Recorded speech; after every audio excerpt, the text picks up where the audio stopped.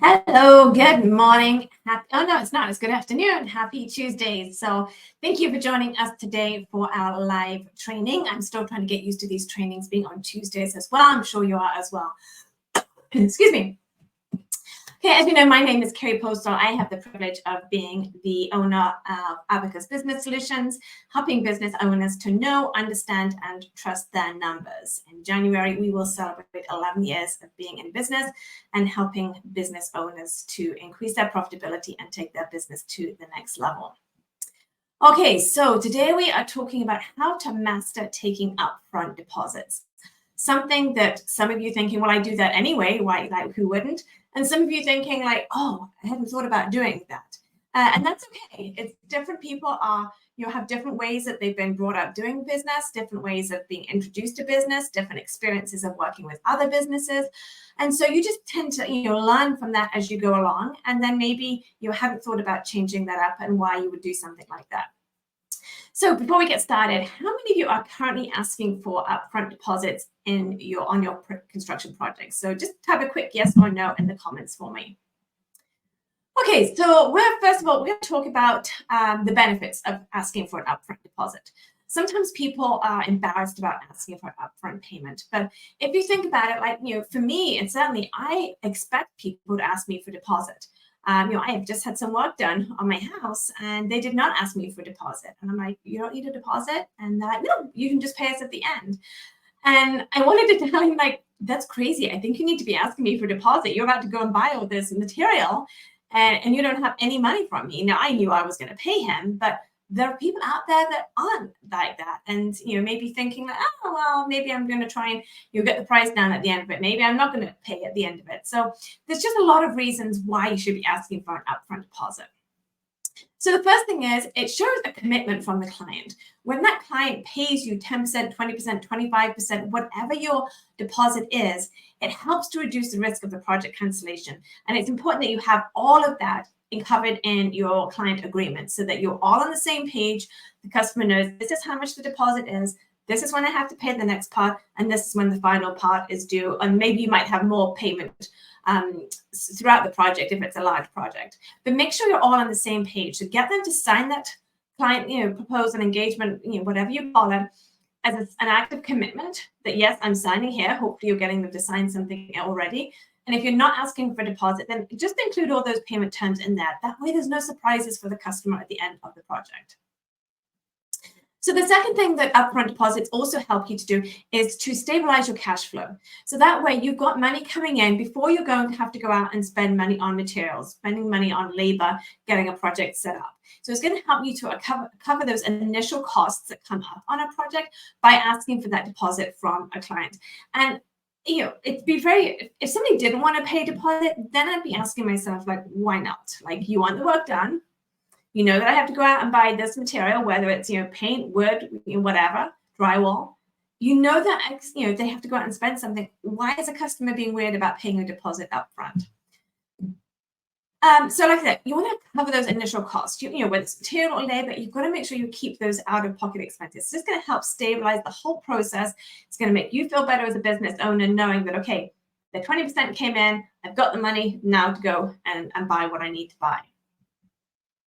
So what is the average percentage of a project cost that you ask for as an upfront deposit? So if you don't mind sharing that in the comments below, how much do you ask for? 5%, 10%, 25%, 50%? Like, what is it that you ask for from a customer as an upfront deposit? Okay, so we've talked about why you need to do that. What's the benefit of it? Basically, a summary of that is stabilizing your cash flow. Get the money in before you have to make any expenses on that. Because if you've got a dozen projects going on at one time and you don't have any upfront deposits coming in and you're having to front the cost of all that labor and that material, all those projects, it's going to make cash flow really, really tight for you. So particularly even more so if you have a lot of projects going, that's even more reason to be asking for deposit upfront from everybody. Okay, so let's talk about best practices for actually implementing, asking for an upfront deposit. So we talked a little bit about clear communication. So make sure the client knows right up front, like when you're talking to them and they say, well, how does this whole work? Say, well, I'm going to go back, I'm going to do an estimate for you. I'm going to come back, I'm going to ask for 20% deposit.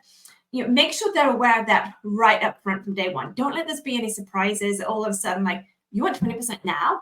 Like, make sure they're aware of that. Particularly if it is a large project, they might be getting financing for it, or they might be waiting for some money to come in, whatever it might be, make sure that they know, hey, yes, there is a deposit involved, and this is how much it is. And then making sure that they know the rest of the payment schedule. When I've had work done on my house in the past, they asked for a 25% deposit at signing. So we had that level of commitment there. When they came to the house and started the work, they asked them for another 50% of the project. And then at the end, when the project was done, we paid the remaining 25%. So that was something where it's like, yeah, you're here in my house, you're working, I'm going to pay you for that work. When you have it set out in your engagement letter, your client letter, everybody's then on the same page. There's no awkwardness, there's no surprises. I'm like, why are you invoicing me this for now? It says in the letter, it says here, these are our payment terms. So clear communication, make sure that the client knows exactly when they are going to be expected to pay. Okay, setting the right percentage. So, how do you determine what that is? Is it based on the project size? Is it based on the complexity? Only you can decide what that needs to be. With thinking about, what you do, is your company very heavy on materials, that you have a huge expense of materials? Is it more labor driven, that you've got a small expense startup and then but more costs down the road? So each business is going to be different. And like I said, 10% I would say would be an absolute minimum. I like 20, 25%, but again, it depends on the size of the project. Your industry, what you can ask for. So just determine what that is and making sure that you're covering those upfront expenses. So timely invoicing is another thing as well. So make sure that you're sending out an invoice for that deposit as soon as that customer signs. So don't be waiting on that, making sure that you're then following up with request for payment if that hasn't come in, and don't start buying anything until you've had that deposit come in. And maybe that's something you should have in wording as well in your agreement with them, is that until that deposit has been paid, you're not starting on purchasing any materials or getting anything set up on the job. That deposit has to come in order for the green light to go on the project for you and your team to start working on it. So another question for you: have you ever faced a challenge when asking for an upfront deposit? I'd love for you to share those in the comments below. Did you have a customer that objected to paying a deposit? Did you have someone say that they thought that was too much or not enough?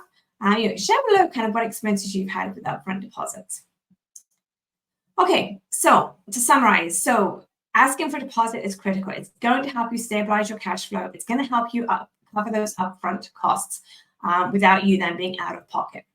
Have clear communication so the client knows that you're going to ask for a deposit and how much that's going to be, and then what the other payment terms are going to be in the rest of the project as well. Make sure you're comfortable with that percentage. Don't be asking too much and getting greedy, but don't be asking for not enough and then still being out of pocket. So make sure you determine what that percentage is for your business, and make sure those invoices are going out on time for those deposits and that they are being followed up and that money does come in before you start actually working on the project. Okay, thank you so much for joining us today. I hope that was helpful. I hope that helps you to understand a little bit more about the importance of asking for an upfront deposit. And there really is nothing wrong with doing that. Like I said, I expected someone to ask me for a deposit and was surprised when they didn't. So if that's something that you could do with some guidance on, some help on, or any other aspect of your, the accounting side, the number side of your business, and you don't have someone there to support you, then reach out to us. Send me a direct message, put a comment in the box below, and we can set up a time to jump on a Zoom call and chat a little bit about what you have going on, what's working, what's not working, and just see if there's a way that we can work together and help you. Don't forget to share this training with anyone else that you think would be able to benefit from this and to help them in their business also. Well, thanks for joining me today. I will see you next time.